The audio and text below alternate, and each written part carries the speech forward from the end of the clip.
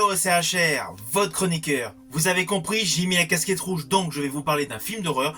Aujourd'hui, je viens de découvrir au cinéma un film d'horreur, Night Swim. J'ai bien aimé ce film, je vais vous dire pourquoi.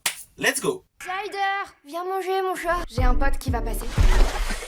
Je te préviens, t'as pas intérêt à le dire. Marc. Eh, pourquoi tu réponds pas?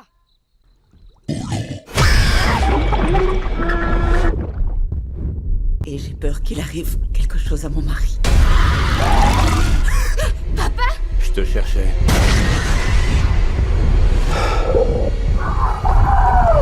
Il y a forcément un moyen de mettre fin à tout ça. Marco.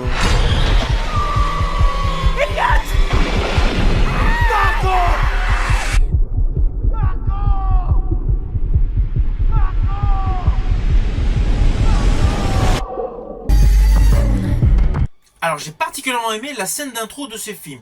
Le premier plan séquence vous démontre la piscine avec la maison. Nous sommes en 92, mais en fait il y a un effet retourné de caméra. L'image donc se retourne complètement pour voir pleinement, normalement, la maison. Néanmoins, au plan précédent, on avait l'impression qu'on était dans le bon sens. Ensuite, nous découvrons donc une jeune fille qui va voir son frère qui est dans un lit médical. Cela se déroule en pleine nuit. Elle descend vers la piscine. Et là, bien évidemment, il se passe quelque chose d'horrifique.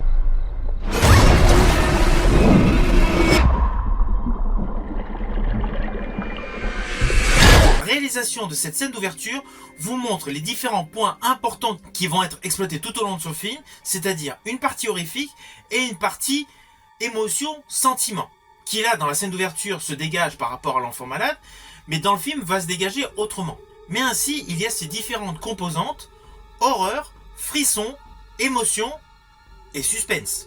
Je ne vous cache pas que vous allez avoir une montée progressive, une montée crescendo de la frayeur. Même si après cette scène d'ouverture, il y a un passage qui est tout de même un petit peu conséquent où il ne se passe rien de tonitruant. It needs a little work, but I don't think it's going to last long at this price. Alors le pitch de base est le suivant. Nous avons un homme, joueur de baseball, qui est atteint d'une maladie. Il est obligé de faire une retraite anticipée.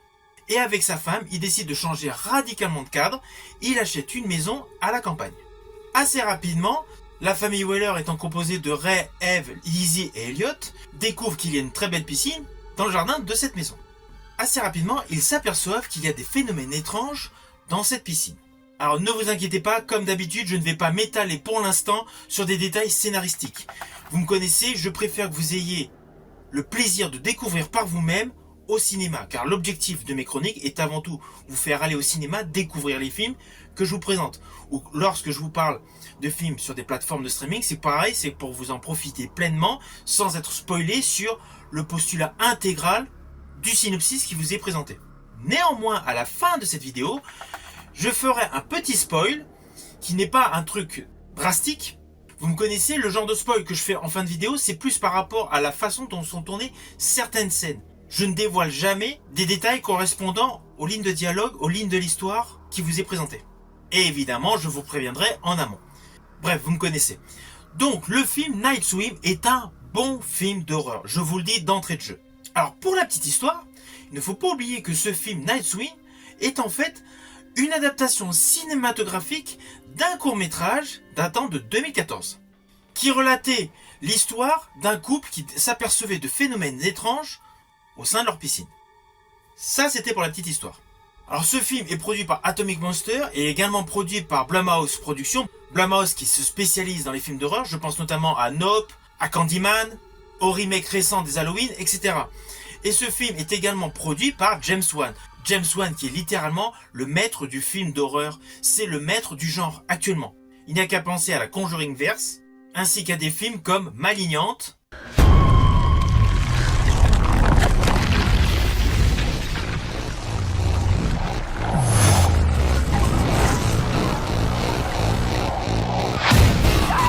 ou encore comme Megan.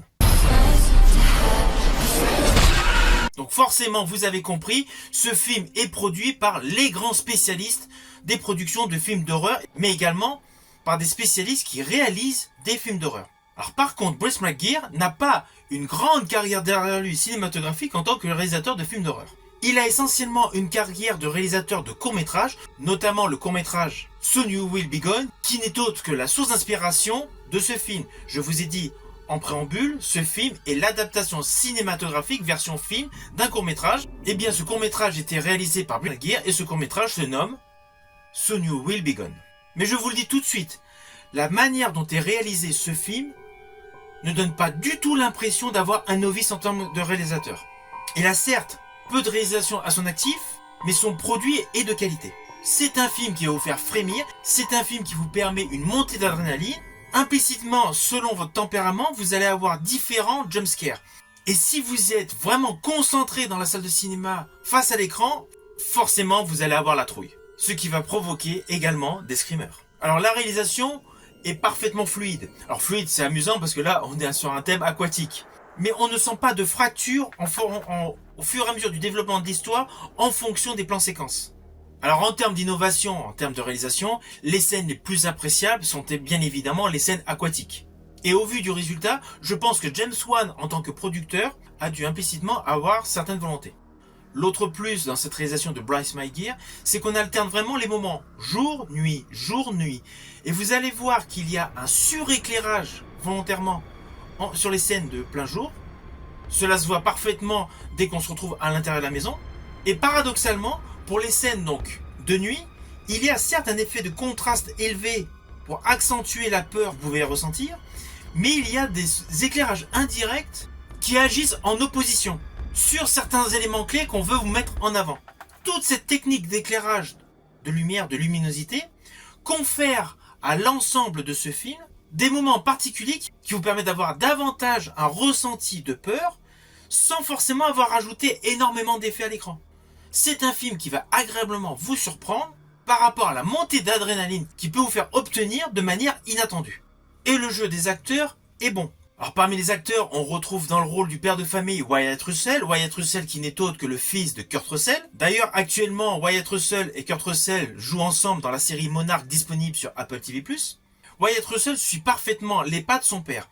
Il a déjà une belle filmographie qu'il a commencé à se construire, tant au cinéma qu'à la télé. Alors oui, son premier rôle au cinéma date de 1996, c'était aux côtés de son père Kurt Russell dans le film Los Angeles 2013 de John Carpenter. Mais sa filmographie a gagné en qualité, a gagné en développement par rapport à son jeu d'acteur. Il a alterné différentes compositions, il a joué dans le registre de la comédie, de l'aventure, du frisson, du policier au cinéma. Alors il y a un rôle parmi sa filmographie que j'ai particulièrement aimé concernant donc le cinéma, c'était pour le film Overlord. On doit faire quelque chose! Sinon, il joue également à la télévision depuis 2010. C'était pour la série policière 2010 Los Angeles Police Judiciaire. Ensuite, il a joué dans quelques épisodes de The Walking Dead.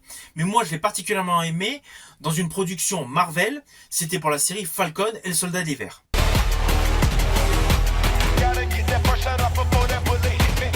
Vous pouvez faire un constat assez simple sur tout ce qu'il a fait pour la télévision. Il a joué pour Apple TV+, dans Monarch, et il a joué pour Disney+, dans Falcon. Ces derniers temps, on l'a donc retrouvé sur différentes plateformes de streaming. À ses côtés, dans le rôle de son épouse, nous avons Kerry Condon. Kerry Condon qui a une carrière cinématographique qui a débuté en 99. Alors moi, personnellement, sur sa filmographie, je l'ai préféré dans Danny the Dog en 2005, dans Bad Samaritain de Dean Devlin en 2018. Et sachez que vous pourrez la retrouver prochainement dans le film de Kosinski, Apex, aux côtés de Brad Pitt. Alors évidemment, les enfants ont la part belle dans ce film, mais ils n'ont pas forcément une grosse carrière donc au cinéma ou à la télévision. Cela n'empêche pas que leurs interprétations sont correctes. Donc vous avez compris, sous couvert officiellement d'un petit film d'horreur, d'un réalisateur qui a essentiellement effectué des courts-métrages, on a honnêtement un très bon film d'horreur qui va vous faire frissonner, mais surtout, le couple de parents au final a déjà une belle carrière en soi derrière eux, et leurs interprétations sont extrêmement convaincantes. Le jeu principal de ce quatuor, de cette famille, est impeccable. Alors oui, vous pourrez me dire par moment qu'il y a certaines scènes, elles sont prévisibles. Mais elles sont prévisibles pour tous les aficionados de films d'horreur, car on a l'habitude d'en découvrir. Mais si ce genre de scènes ne sont pas dans ce film, forcément on va estimer qu'il y a un manque. Et forcément, pour la réussite d'un bon film d'horreur, on est obligé de retrouver tous les codes du genre. Même s'il y a une très grande innovation, comme celui-ci, avec l'histoire de la piscine. Mais le côté de l'angoisse qu'on ressent dès qu'on arrive dans la pénombre, ou l'inquiétude quand quelqu'un disparaît, forcément, vous l'avez vu moult fois au cinéma dans des films d'horreur. Je dirais même dans un thriller. Mais là, ce film réussit à faire une alchimie entre un côté thriller, un côté épouvante, un côté horreur. Ce film avait parfaitement sa place pour les fêtes d'Halloween.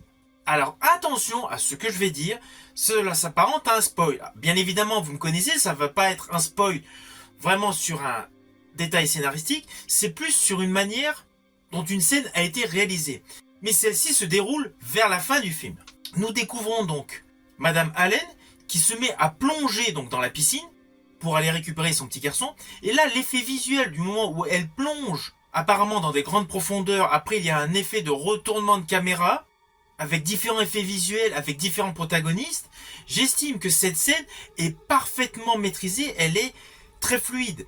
Et en plus, elle colle en tous sens au scénario, car si vous avez bien écouté le dialogue depuis le début du film, on a appris que son père, qui était militaire, lui avait appris à plonger dans les profondeurs.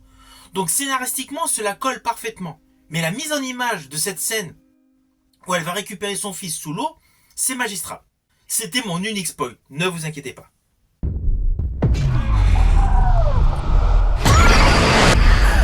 Mes enfants ont vu des choses étranges. Et j'ai peur qu'il arrive quelque chose à mon mari. Je te cherchais.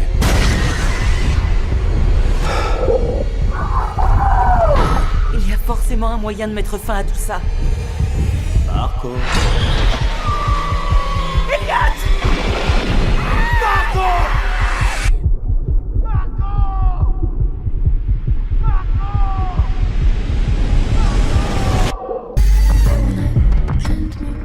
Alors au final, j'ai bien aimé le film d'horreur Night Swim. Ce film d'horreur va faire monter en vous crescendo une peur, une réelle peur. Vous allez avoir votre dose de jumpscare. Les moments de frisson émaillent parfaitement le film et montent crescendo à partir d'un certain moment. C'est un film que je vous conseille bien évidemment à aller découvrir dans vos salles de cinéma préférées. J'espère que ma chronique vous aura plu. Si tel est le cas, pensez à la liker, à la partager. Quant à moi, je vous dis à bientôt pour une prochaine chronique.